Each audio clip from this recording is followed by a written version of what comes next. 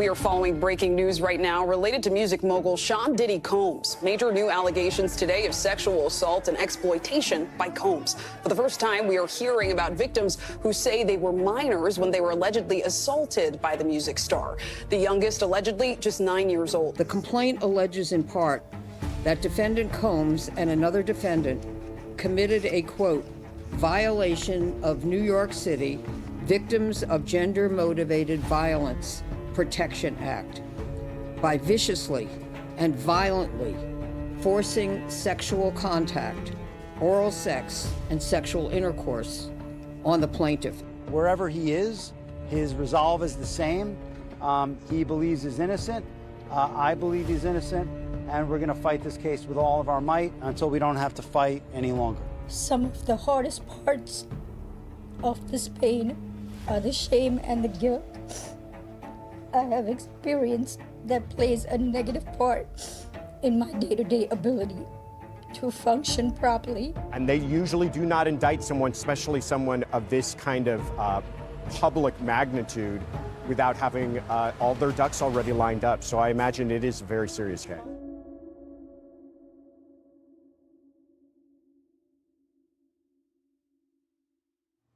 It's so difficult to reflect on the darkest times in your life.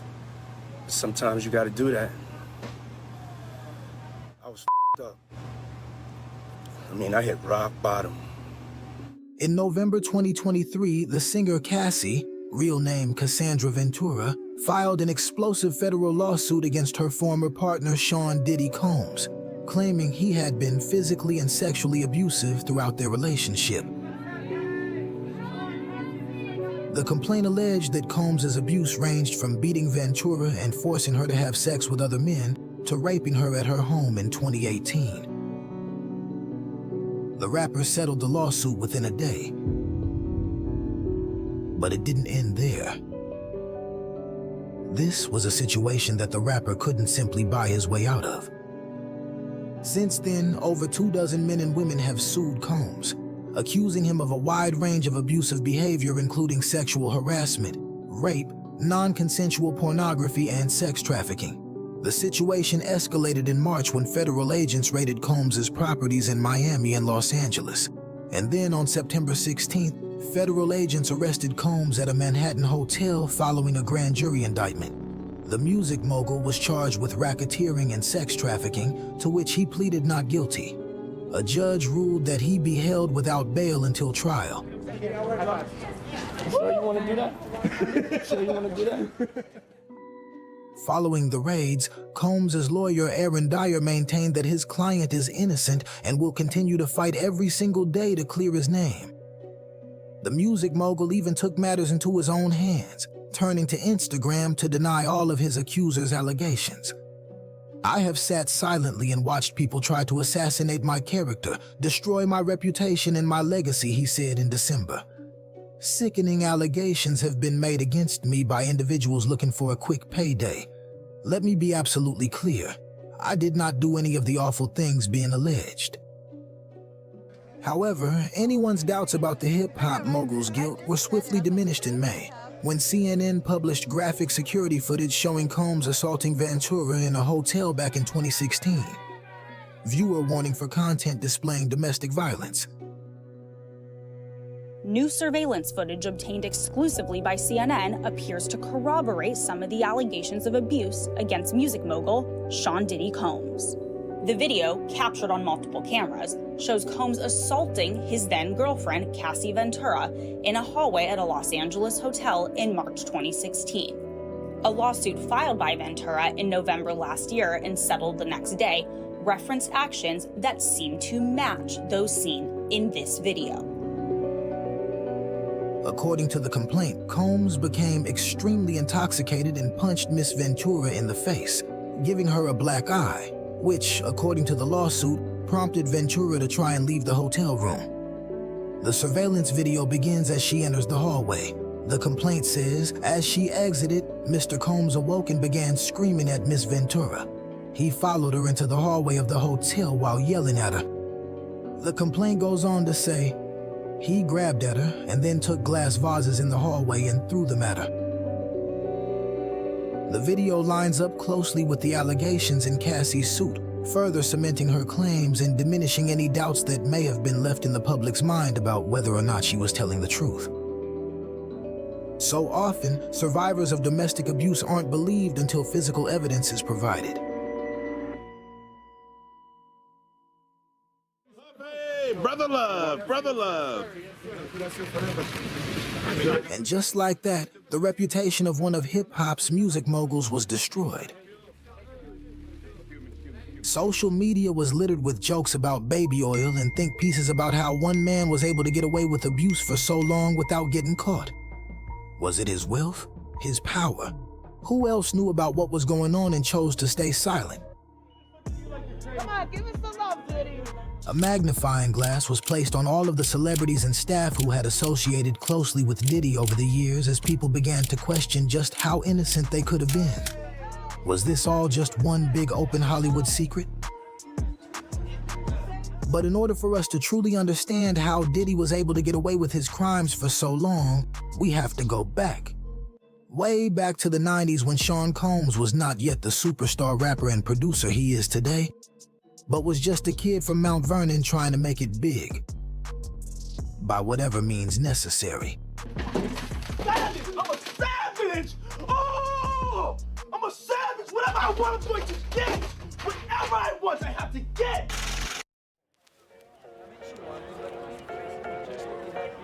Puff Daddy, P. Diddy, or at this point, simply Sean Combs, started his life in Harlem, New York City. Growing up in a single-parent household, he was forced to step up as the man of the house from a young age after losing his father to crime when he was only 3. His mother, Janice Combs, encouraged his artistic pursuits, and he found solace in music.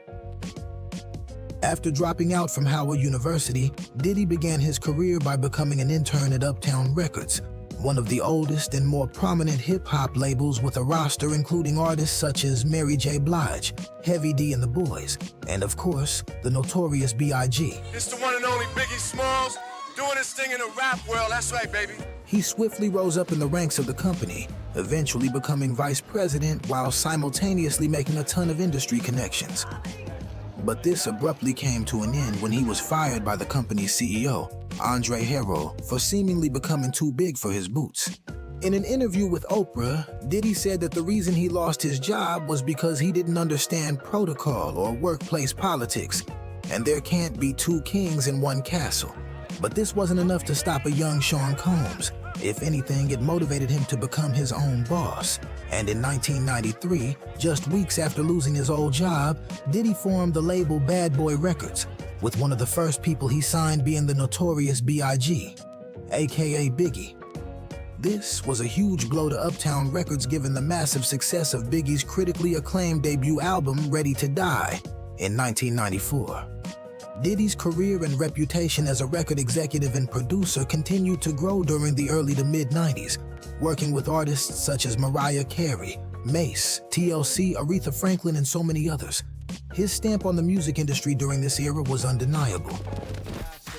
Everybody wanna be fast, see the cash. Fuck around they weak staff, get a heat rash. Anything in Bad Boy way we smash. 100 G stash, push a bulletproof E-class. I'm through with being a player and a baller. Just want me one bad bitch so I can spoil her. Mates wanna be the one you respect. Even when you're vexed, rock Versace silks over still V-necks. Diddy was churning out hit after hit, and by 1997 the company had generated over $100 million in record sales.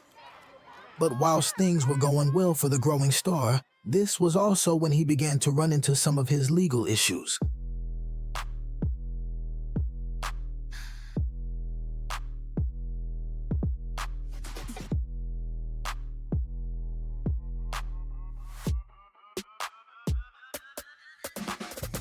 Around this time, a young artist named Tupac had just released his second studio album via TNT Recordings and Interscope Records and was slowly beginning to become a household name.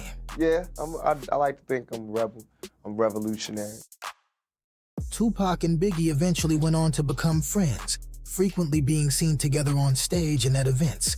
However, things changed quickly when Tupac was shot 5 times on his way to a studio session at Quad Studios in New York in 1994. The subject is Tupac Shakur, rapper, actor, court defendant, and now shooting victim. Shortly after midnight, 12:25 a.m. on Wednesday morning, Tupac Shakur was shot 5 times in the lobby of this Manhattan building right behind me. Police say it appeared to be a robbery attempt committed by 3 men as Tupac was on his way to a recording studio on the 8th floor of the Powers building. Shakur is reported in serious but stable condition at Bellevue Hospital and entered surgery at 10 a.m. Wednesday morning to check for internal bleeding. He was grazed by 2 shots to the head and wounded in the thigh, hand, and groin. The gunmen, who remain at large, also made off with $40,000 worth of jewelry. Shakur's lawyers, who are downtown awaiting the jury's verdict on sexual assault charges against Tupac, say the shooting looks like a setup and smells like a setup. After November 30th, 1994, the relationship between Biggie and Tupac was never the same. Rumors about who was behind the shooting and speculation about the whole thing being a setup began circulating. But none of this mattered because in the eyes of Tupac, it was Biggie who set him up. That's what they said. They said that. And thus, the West Coast versus East Coast beef began. This is also when suspicion about Diddy's involvement started to circulate for a number of reasons. After his shooting, Tupac was facing prison time for a sexual assault case and had to turn himself in, which he did on December 23, 1994. Whilst locked up, Biggie repeatedly stated in interviews that he had nothing to do with it and wished for Tupac's freedom, but Pac wasn't buying it. He thought that, just like all the other East Coast rappers, he was putting up a front for the media, and if he really cared, he would have come to visit him in prison. And then, any doubt about who was behind his shooting was erased with the release of Biggie's song Who Shot Ya in 1995. Who shot ya? Separate the weak from the opsa. Leap hard to creep them Brooklyn streets. It's on, nigga. Fuck all that bickering beef. I can hear sweat trickling down your cheek. Diddy maintains that the song was recorded before Biggie's debut album Ready to Die, which was released in 1994, before the Quad Studio shooting had occurred. But again, Pac wasn't buying it. Many believe that Diddy intentionally released the track after Tupac was shot as a way to taunt him and potentially fuel the battle between Tupac and Biggie. And he had plenty reason to do so.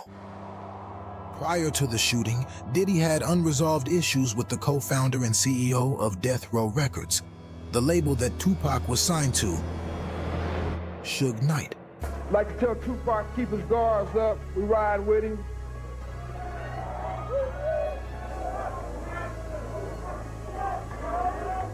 And one other thing I'd like to say, any artists out there want to be an artist and want to stay a star, and don't want to have to worry about the executive producer trying to be all in the video, all on the record, dancing. Come to Death Row.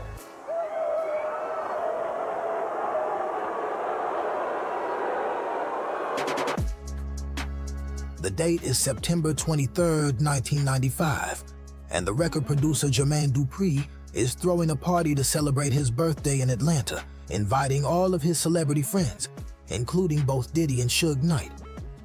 Things remained calm during the event, but the after-party was where all the trouble began.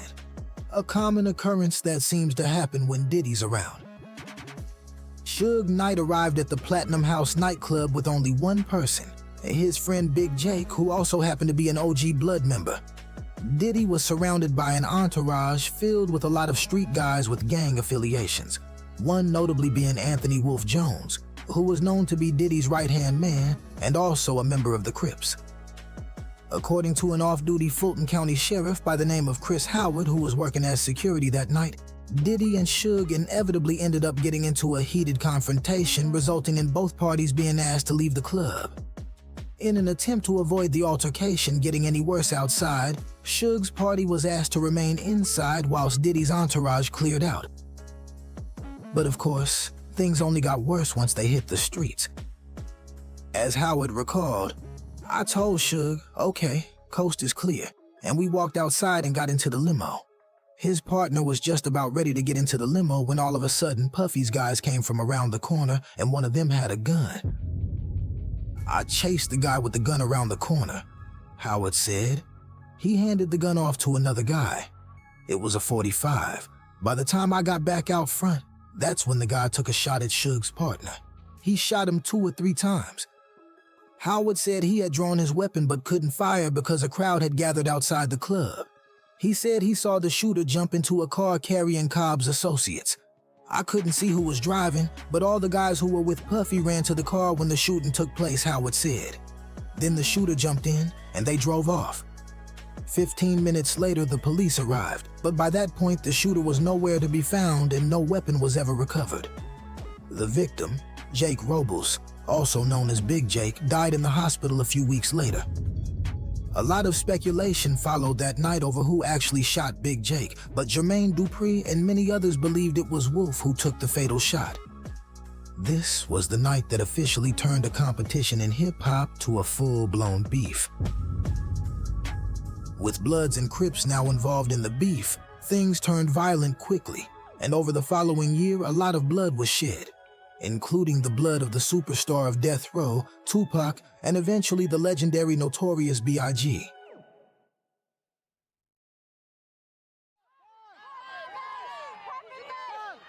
With all that was going on, tensions rose to a point where both Biggie and Tupac ended up losing their lives. And with Diddy being so heavily associated with the drama, many believed him to be involved somehow. He denies all involvement to this day. Regardless, this is just one example of Diddy's nefarious activities.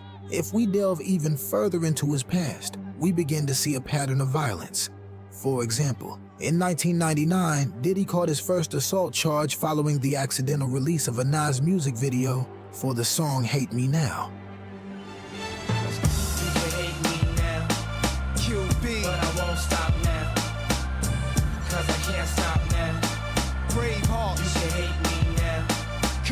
The infamous music video, directed by Hype Williams, featured a controversial depiction of Diddy and Nas carrying large wooden crosses on their backs and being flogged by an angry mob.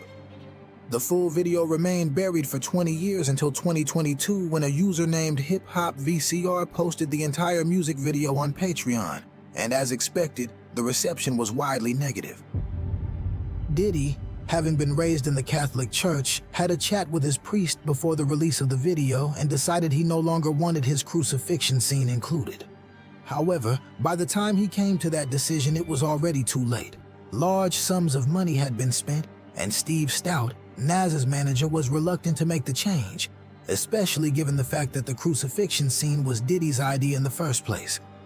On April 15, 1999, the uncut music video aired on national TV, and according to Double XL, it was only a matter of minutes before Diddy and his bodyguards burst into Steve's office to violently assault him in front of 2 clients. While speaking to the LA Times, Steve recounts the incident. "One minute I'm in the middle of a meeting, and the next I'm down on the floor and Puffy and his guys are kicking and pounding me. One of them picks up a chair and throws it at me. Then Puffy throws my desk over, and they just walk out like nothing happened. I was laying there on the floor bleeding. My jaw and my head were all swollen. I couldn't move my arm. It was a traumatic experience, and in the middle of it, I didn't know exactly how to feel. I was upset, embarrassed, scared, and angry. As far as I'm concerned, this was an attempt on my life." Almost instantly, Diddy was arrested, criminally charged, and faced up to 7 years in prison until Steve suddenly had a change of heart and asked the DA's office to drop the charges once Diddy apologized. I just want to say I give all glory to God.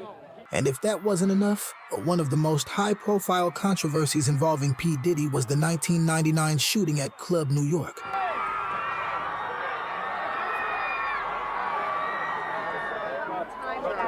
On December 28, 1999, Sean Combs and then-girlfriend Jennifer Lopez had been celebrating a soon-to-be-released album by Shine, a.k.a. Jamal Barrow, the rap mogul's 21-year-old protege at Midtown's Club New York.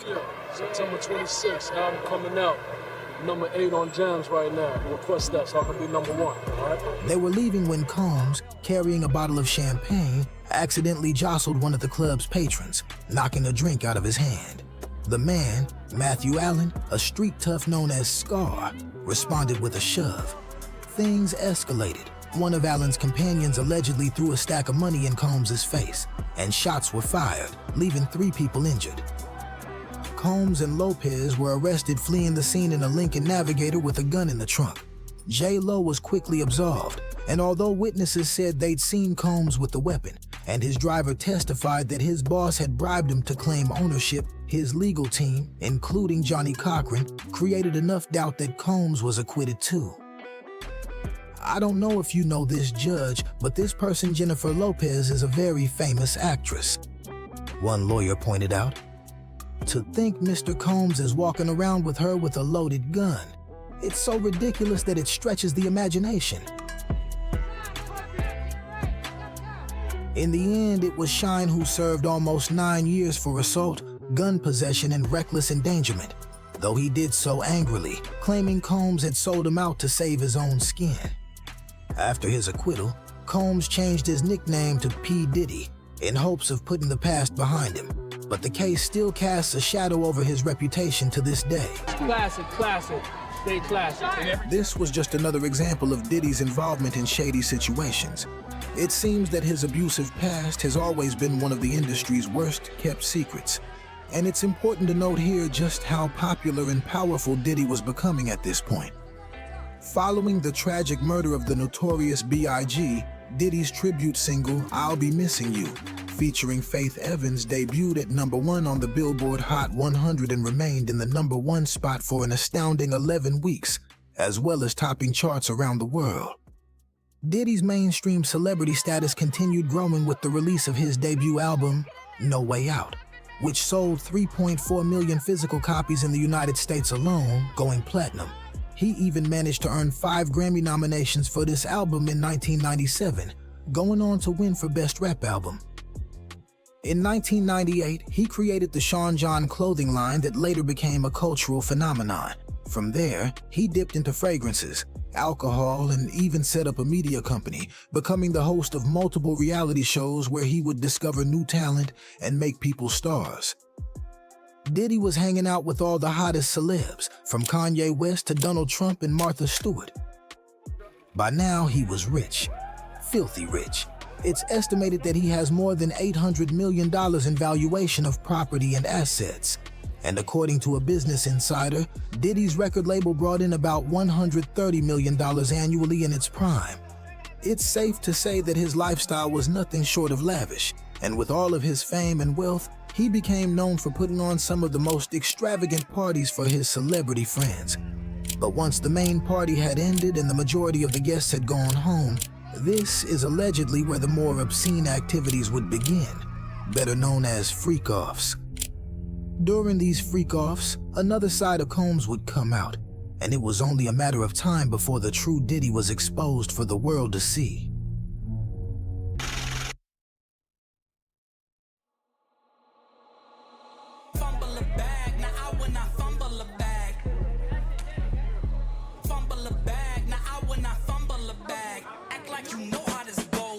Hey there, I'm Lindsay Sharp joining Ashton and Diddy this year in Beverly Hills, where they brought the infamous white party. It's 4th of July, but we're also shining a light on malaria no more.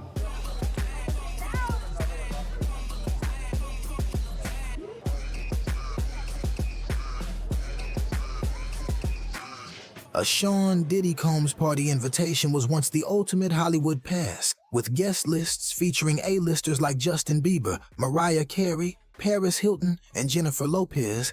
These events were a star-studded affair. Even Jay-Z and Beyonce have used Diddy's parties to debut new music. So how did this whole white party come about with you? Oh man, it was like maybe over a decade ago. So I moved to a new neighborhood and they were like, well, what's this guy doing moving here in East Hamptons? And you know, and he has this estate on the water, what's going on? And so I said, everybody, come on over to the house so y'all get to know me. Let me invite some of my friends from Harlem, from 145th Street.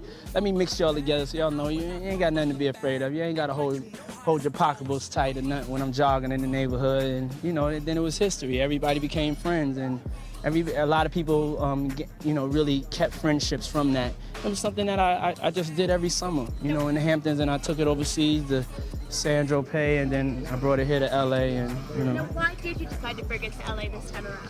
I was out here shooting a movie and just out here meeting new people, and really also it was just the prime place to do because Ashton's located here, and to do the whole malaria no more. Oh, well, I've never been to the white party before, and this is definitely a big way to spend 4th of July. I can't imagine it any other way, but being in New York all the other years, just seeing the fireworks and everything, LA was just a change of scenery, so I'm excited about it. Lastly, what makes Ashton and Diddy the perfect hosts for the day? They're just a dynamic duo. They're big together, so I don't know. I'm excited to see what's inside. I don't know what's gonna happen.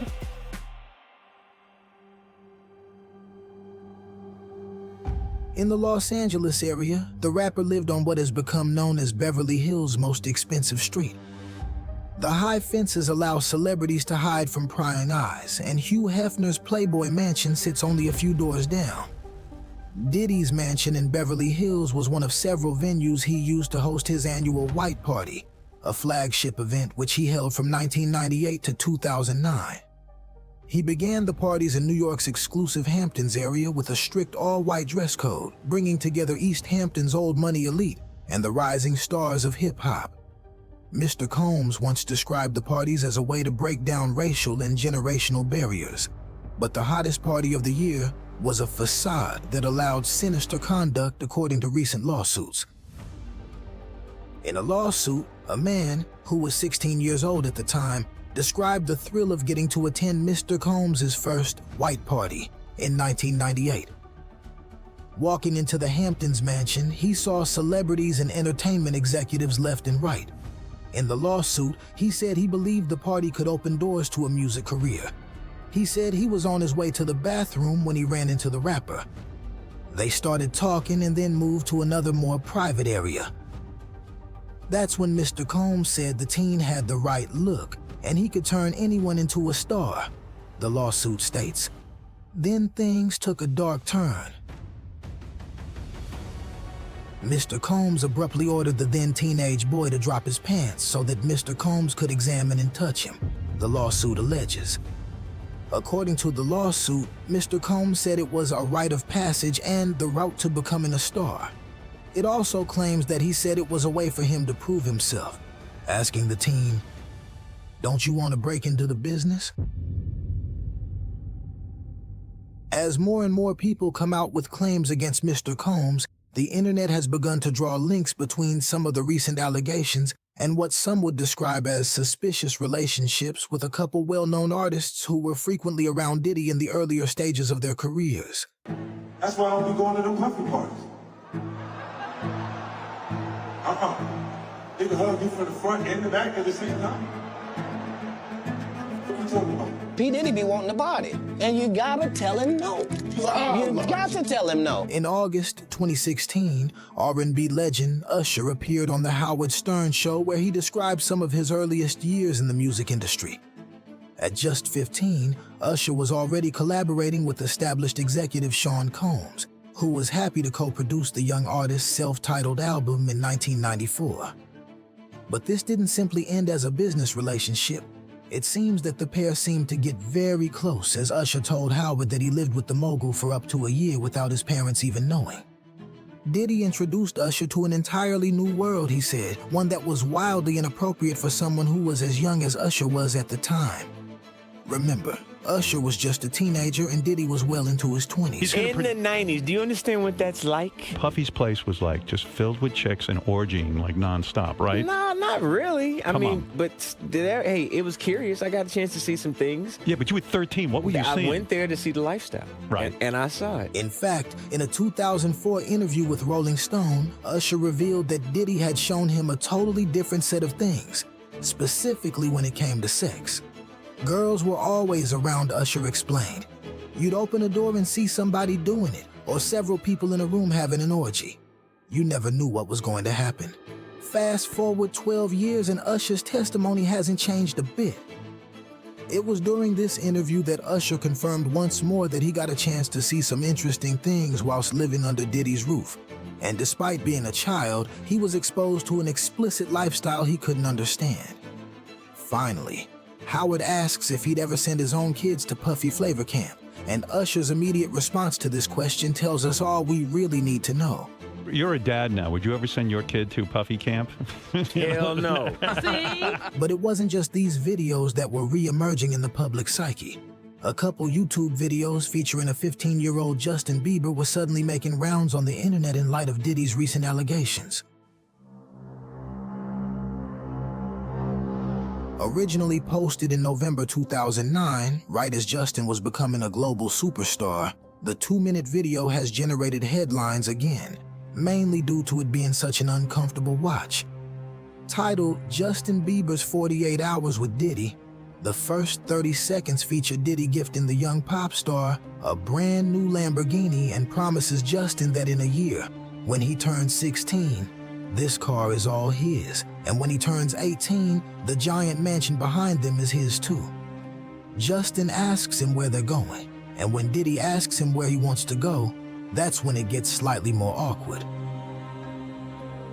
Some claim that people are reading too deeply into things, but given all the allegations against Diddy, there's good reason to believe that something shady may have been going on. Check this out, yo. Justin, you ever seen the movie 48 Hours? Right now, he's having 48 hours with Diddy, him and his boy. They're having the times of their lives, like, you know, where we hanging out and what we doing. We can't really disclose, but it's definitely a 15-year-old's dream. The implications that a grown man like Diddy is about to go out and help a teenager find girls is pretty odd at face value. This could have all been some sort of harmless promo for Diddy's album or some sort of project. However, given the mountain of allegations against Diddy, it makes sense why all of these videos have come back under public scrutiny.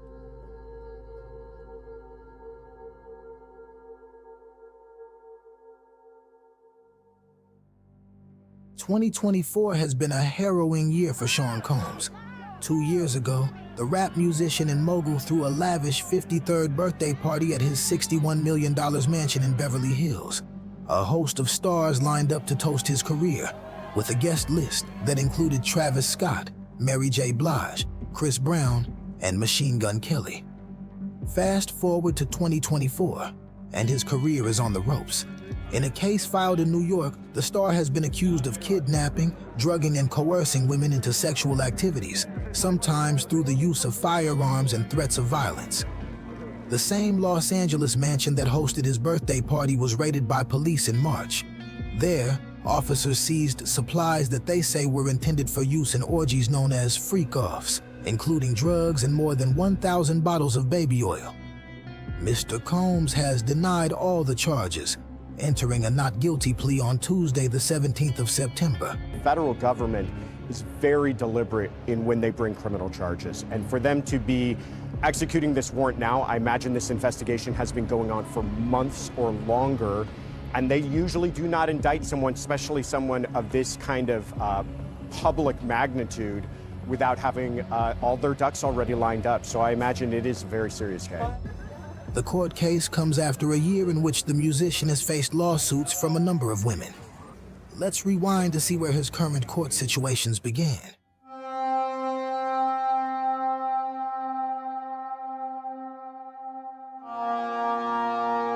The indictment alleges that between at least 2008 and the present, Combs abused, threatened, and coerced victims to fulfill his sexual desires, protect his reputation, and conceal his conduct. On November 16, 2023, singer and model Cassandra Ventura filed a lawsuit against the music mogul Sean Combs. Cassie and Diddy were in an on-off relationship from 2007 to 2018, beginning when Cassie was 19 and Combs 37. Cassie was signed to Mr. Combs' record label and dated him for more than a decade. But in a civil lawsuit, she said the mogul had used his position of power to set the groundwork for a manipulative and coercive romantic and sexual relationship. Her lawsuit included graphic descriptions of violent abuse, alleging that Mr. Combs regularly beat and kicked Ms. Ventura, leaving black eyes, bruises, and blood. She described parties known as freak-offs, drug-fueled, days-long sexual performances, which Mr. Combs allegedly coerced women into and filmed for his own pleasure. Ms. Ventura also accused the musician of sexual abuse and rape, and claimed that many of these incidents were witnessed by his tremendously loyal network, who were not willing to do anything meaningful to stop the violence. Mr. Combs would allegedly want to have these freak-offs at random moments, and Ms. Ventura was expected to both facilitate the locations for where they would take place, as well as find and hire the sex workers herself. Cassie even recalls an alleged instance where she was cornered by his security, who forced her to leave her friends at her 29th birthday party to have a spontaneous freak-off with Diddy at a nearby hotel, despite expressing clearly that she didn't want to go.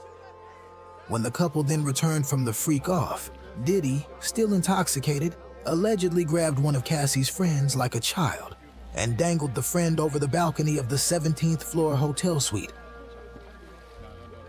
The lawsuit even goes on to name the exact locations where these freak-offs would occur, with the hotels occasionally charging Diddy thousands of dollars in damages afterwards. She was forced to use websites and escort services to find male sex workers, specifically instructing her to search for terms like large black penises on the website, as the lawsuit asserts. It goes on to say that Mr. Combs would always supply Miss Ventura and the sex workers with copious amounts of drugs before and during the FOs, including cocaine, GBH, ketamine, marijuana, and alcohol in excessive amounts, which would allow her to disassociate during these horrific encounters, whilst Diddy would masturbate to Cassie having intercourse with other inebriated sex workers. With drugs and all the stuff that's going on, pills, drinking, it can make this man into a monster, and that's what it did, bruh. It made him into a monster, bruh. These freak-offs would last for days, according to Cassie, and it became commonplace to get IV fluids in the days after a freak-off to recover from the excessive substances pushed upon her. The lawsuit even alleges that Diddy insisted that Cassie wear white nail polish to contrast her nails with the skin of the black men hired to have sex with her. For Diddy, this was all about power. The lawsuit states that Diddy would even direct the sexual encounters, specifically telling Cassie where he wanted her to touch whilst he masturbated, saying things like, "Grab that big black d," and asking her, "How does it feel?" As the lawsuit puts it, Diddy treated the forced encounter as a personal art project, adjusting the candles he used for lighting to frame the videos he took. Diddy would constantly leverage his power and influence in the music industry to get whatever he wanted. He even insisted that Cassie refer to him as Pop Pop, upon learning that was the nickname she gave her grandfather. Remember, there's an 18-year age gap between these two, and Diddy made it clear who was in control. The pair met in late 2005 or early 2006, after he heard Cassie's first single playing in a club and expressed interest in signing her to his Bad Boy Records label. Within months, Cassie signed to a 10-album deal, an extremely large number of albums to sign away in one go, which would probably lead to a very drawn-out business relationship. Mr. Combs would constantly flaunt his authority and status and assert possession and control over her, to the point where almost all aspects of Ventura's life were controlled by either Mr. Combs or his management companies. This, tied with the fact that Cassie was given a constant supply of drugs and pills out in the open, quote, like candy, explains how Diddy was able to maintain control over Ms. Ventura for so many years, starting in 2008. Many people have seen similarities with this and the tactics used by another famous abuser, Jeffrey Epstein, who also drugged the many girls he kept around. The next decade of Cassie's life was spent trapped in a vicious cycle of violence, abuse, and sex trafficking, according to the suit. The lawsuit also alleged that Mr. Combs went as far as to destroy a car belonging to U.S. rapper and actor Kid Cudi to dissuade him from dating her. In 2011, Cassie entered into a brief relationship with Kid Cudi, real name Scott Ramon Seguro Mescuti, and would often seek refuge at his home to escape the wrath of Diddy. However, upon stealing her phone and finding an email exchange between Cudi and Cassie, Diddy became enraged, unable to control his temper, and attempted to attack Cassie with a sharp corkscrew lodged between his fingers. She managed to escape to Cudi's house that night, ultimately returning later once she felt as though she could never outrun Diddy. The lawsuit then alleges that he hit her and kicked her in the back as she tried to escape again. Her parents later took photos of her bruises from this incident, and after a few months, Diddy allegedly told Cassie that he was planning to blow up Kid Cudi's car and wanted to be sure that Cudi was home when it happened. Sure enough, in February 2012, Kid Cudi's car exploded in his driveway. This is just one example of the lengths in which Diddy would go to maintain his control and dominance.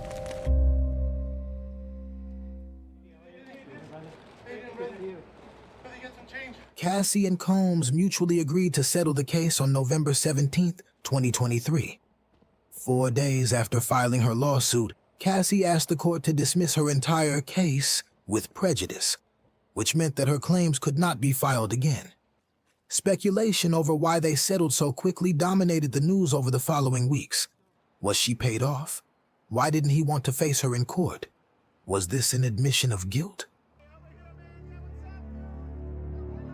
Regardless of the reasons for settling, doing so didn't mean an end to Diddy's legal problems. If anything, Cassie's case opened the floodgates for lawsuits against Diddy. In the weeks after settling Cassie's lawsuit, Mr. Combs was accused of sexual assault dating back to 1991 by multiple women and men. One of the more prominent cases came from Rodney Jones Jr., better known as Lil Rod, a record producer from Chicago who filed a 105-page federal complaint against Combs on February 2, 2024, accusing him and the people who work with him of being part of an illegal racketeering enterprise. Some of you may know me or may not. I'm a music producer who's a writer and musician. Different genres. I started in the gospel and jazz and R&B and worked my way over to the hip-hop side. I've been working on an album. I took a year off straight working on this album. That album is the Love album, Off the Grid by Diddy. And it's Grammy nominated right now as we speak. I should be celebrating, but the truth is I'm not. Jones alleges in his complaint that he has irrefutable evidence of the acquisition, use, and distribution of ecstasy, cocaine, GHB, ketamine, marijuana, and mushrooms, the displaying and distribution of unregistered illegal firearms, and the solicitation of minors and sex workers.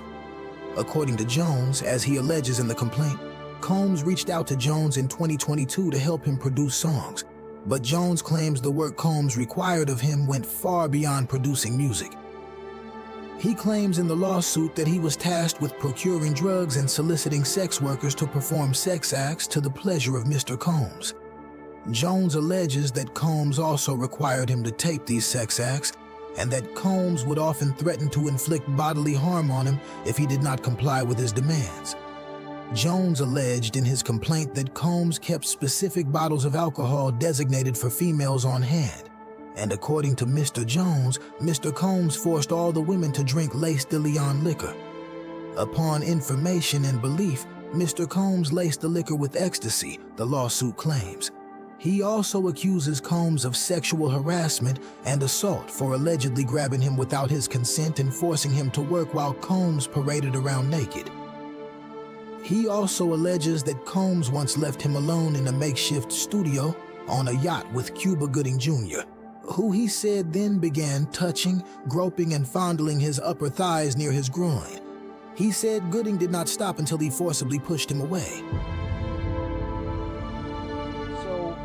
We made a bail appeal to Judge Carter. It did not go our way.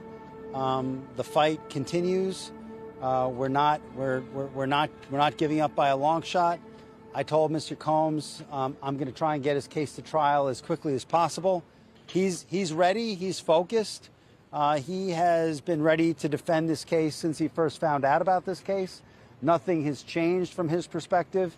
I obviously would much prefer to fight this case with him out of jail, and we are going to try to bring that about through additional legal process. Wherever he is, his resolve is the same. He believes he's innocent. I believe he's innocent, and we're going to fight this case with all of our might until we don't have to fight any longer. Following Jones's claims, Combs' attorney Sean Hawley provided a near-identical statement he provided to the New York Times on February 26, 2024. Mr. Jones is nothing more than a con man, shamelessly looking for an easy and wholly undeserved payday, it said. We have indisputable, incontrovertible proof that his claims are complete fabrications. Our attempts to share this proof with Mr. Jones's attorney, Tyrone Blackburn, have been ignored, as Mr. Blackburn has refused to return our calls. We look forward to addressing these ridiculous claims in court and intend to take all appropriate action against all who are attempting to peddle them. But the lawsuits just kept on coming.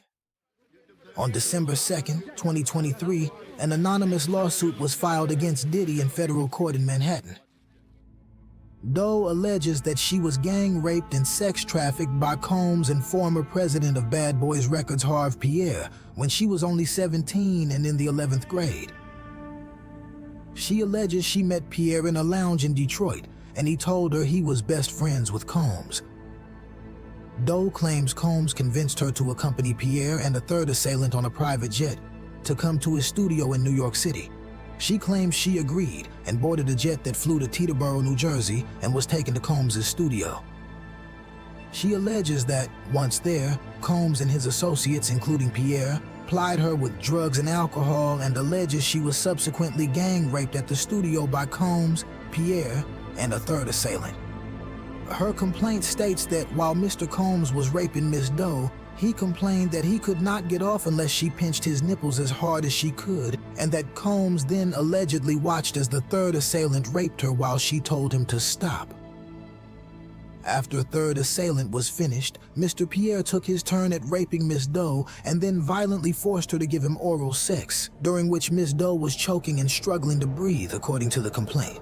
The complaint alleges in part in the first cause of action that defendant Combs and another defendant committed a, quote, violation of New York City Victims of Gender-Motivated Violence Protection Act by viciously and violently forcing sexual contact, oral sex, and sexual intercourse on the plaintiff, end quote.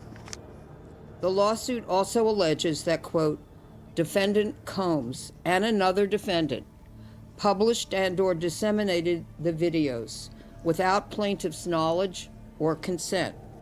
A similar case was filed by Joy Dickerson Neal on November 23, 2023, in New York Supreme Court, which was one day before the cutoff for civil cases for past sexual offenses under New York's Adult Survivors Act. In her 22-page complaint, Dickerson alleges that she met Combs after she had appeared in a music video with him while she was a student at Syracuse University.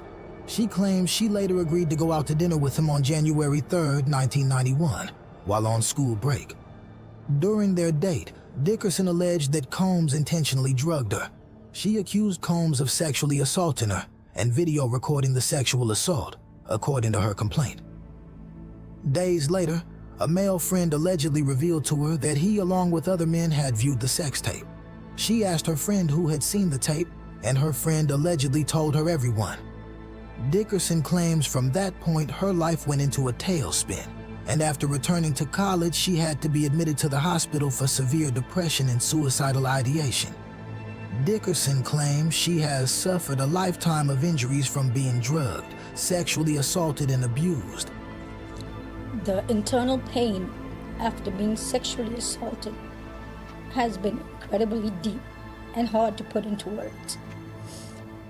It goes beyond just physical harm caused by and during the assault. Some of the hardest parts of this pain are the shame and the guilt I have experienced that plays a negative part in my day-to-day ability to function properly. Being blamed, questioned, and threatened has often made me feel worthless. She is suing him for assault and battery, intentional infliction of emotional distress, human trafficking, and revenge porn. Through a spokesperson, Combs denied and rejected the claims of misconduct. He recognizes this as a money grab, the spokesperson said in a statement.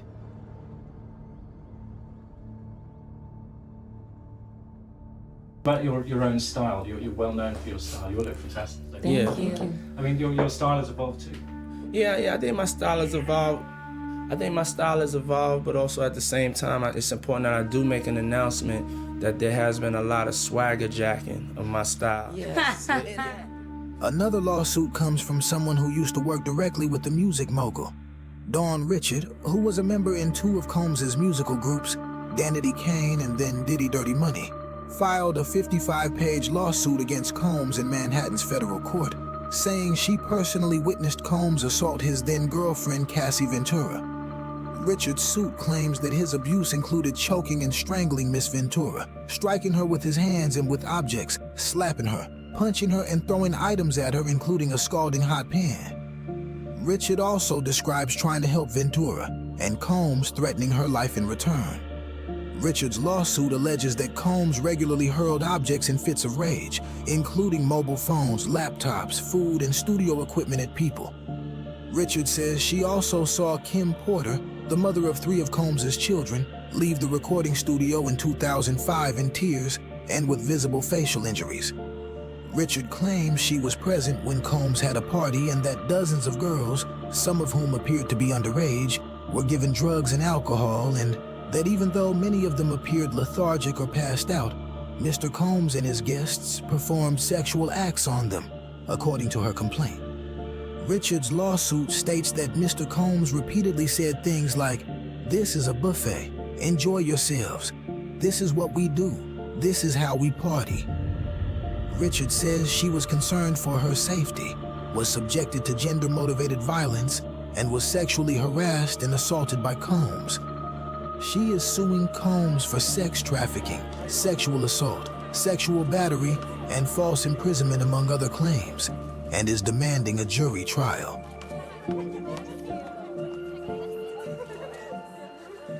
And Diddy wasn't the only Combs family member that was facing legal trouble. Accusations were made against his son, Christian Combs, too. Sean Combs' 26-year-old son, Christian King Combs, is being sued for sexual assault, battery, and intentional infliction of emotional distress, among other allegations. The 31-page lawsuit brought by Grace O'Marquet claims that she was sexually assaulted while working as a yacht deckhand for the family during Christmas break in 2022 in the Caribbean. She is also asking that Sean Combs be held liable for his son's actions for charting the yacht, assuming responsibility for his guests throughout the Caribbean trip. That's King Combs. You're gonna be way bigger than me. O'Marquet alleges that there was a constant rotation of suspected sex workers and other A-list celebrities such as French Montana and actor Cuba Gooding Jr. on the yacht. O'Marquet alleges sex workers were sprawled out unconscious about that yacht, and it was difficult to distinguish which bottles of alcohol were laced with drugs and which bottles were not. In the early morning of December 28, 2022, a heavily intoxicated Christian Combs physically assaulted her, according to her complaint. She alleges that Christian blocked her from leaving, took off all his clothes, and tried to force her to perform oral copulation on him. O'Marquet is suing Diddy, blaming him for fostering an environment of debauchery filled with suspected sex workers, violence, alcohol allegedly laced with drugs, and disrespect for crew. Aaron Dyer, an attorney for the father-son duo, called the lawsuit's claims lewd and meritless. This complaint is filled with the same kind of manufactured lies and irrelevant facts we've come to expect from Blackburn, he said, referring to the lawyer also representing Rodney Jones. These are just some of the claims filed against Sean Combs. More than 24 people have filed lawsuits against the rapper, accusing him of using his influence and power to create an empire of drugs, sex, and abuse. Following the allegations, 6 of Diddy's 7 kids also released a joint statement to Instagram in support of their father. In a collaborative Instagram post shared on Tuesday, October 22nd, Combs' eldest child, 33-year-old Quincy, wrote, "The past month has devastated our family. Many have judged both him and us based on accusations, conspiracy theories, and false narratives that have spiraled into absurdity on social media. We stand united, supporting you every step of the way. We hold on to the truth, knowing it will prevail, and nothing will break the strength of our family. We miss you and love you, Dad." The post, which includes a photo of the entire family sitting on an inflatable bounce house, listed Quincy's 5 siblings: Justin, 30, Christian, 26, Chance, 18, and twins Jesse and Delilah, aged 17, as collaborators. Combs' legal team has continued to deny all of the accusations made against the rapper, calling him an innocent man with nothing to hide. We are disappointed with the decision to pursue what we believe is an unjust prosecution of Mr. Combs by the U.S. Attorney's Office, his attorney told The Independent via email following his September arrest. His attorneys have since filed a petition to have the alleged victims in his lawsuits identified so that they can prepare their defense. They also recently filed a motion to gag the alleged victims, arguing that their statements could prejudice a potential jury against Combs. On Monday, September 16th, Combs was arrested by federal agents on a sealed indictment. Combs' attorney, Mark Agnifilo, said his client is innocent and will clear his name. He is an imperfect person, but is not a criminal. To his credit, Mr. Combs has been nothing but cooperative with this investigation, and he voluntarily relocated to New York last week in anticipation of these charges, he said in a written statement. Please reserve your judgment until you have all the facts. These are the acts of an innocent man with nothing to hide, and he looks forward to clearing his name in court, Agnifilo said. Unlike when previous pop culture figures have been accused of heinous crimes, there has been an ominous silence from the usually more vocal celebrities. It appears that many of them are trying their best to distance themselves from Diddy despite having been associated with him in the past. Much like the names mentioned in Jeffrey Epstein's Black Book and court files, being pictured at a Diddy party doesn't mean these celebrities were involved in any wrongdoing. However, it's certainly not a good look, which explains why many have remained silent regarding the billionaire's charges, with some accused of deleting their social media posts mentioning his name since his arrest. Some have argued that Diddy is being used as the fall guy, the one who will take all the scrutiny whilst the others involved get to continue on with their lives once the dust is settled. Who else knew about what was going on? Was Diddy really the man calling all the shots, or were there others involved? Mr. Combs has been held at the Metropolitan Detention Center in Brooklyn, New York since his 16th of September arrest. His lawyers have argued for his release pending trial, citing the jail's horrific conditions. A New York federal judge denied their request for bail, arguing that Mr. Combs was a serious flight risk. On Wednesday, the 9th of October, his lawyers petitioned the court to throw out the CNN video from 2016, which shows Mr. Combs kicking his former girlfriend, Cassie Ventura, as she lay on the hotel hallway floor. They argued that the government was responsible for leaking the video to CNN, and that it has led to damaging, highly prejudicial pretrial publicity that can only taint the jury pool and deprive Mr. Combs of his right to a fair trial. Lawyers for the government deny leaking the video to the media, saying that the government did not have possession of it before it was broadcast in May. Mr. Combs faces up to life in prison if convicted on the racketeering charge. He faces another statutory minimum of 15 years for the sex trafficking charge. Diddy's fall from grace has been swift, with an extensive federal criminal case charging him in a sex trafficking and racketeering conspiracy. More than a dozen civil lawsuits have also been filed, accusing the music mogul of assaults, rape, and sexual extortion. One lawyer said he represents more than 100 alleged victims who claim they were sexually abused. Only time will tell how this will all pan out for the hip-hop legend, but one thing's for certain. All lies will be exposed, and what's done in the dark always comes to light.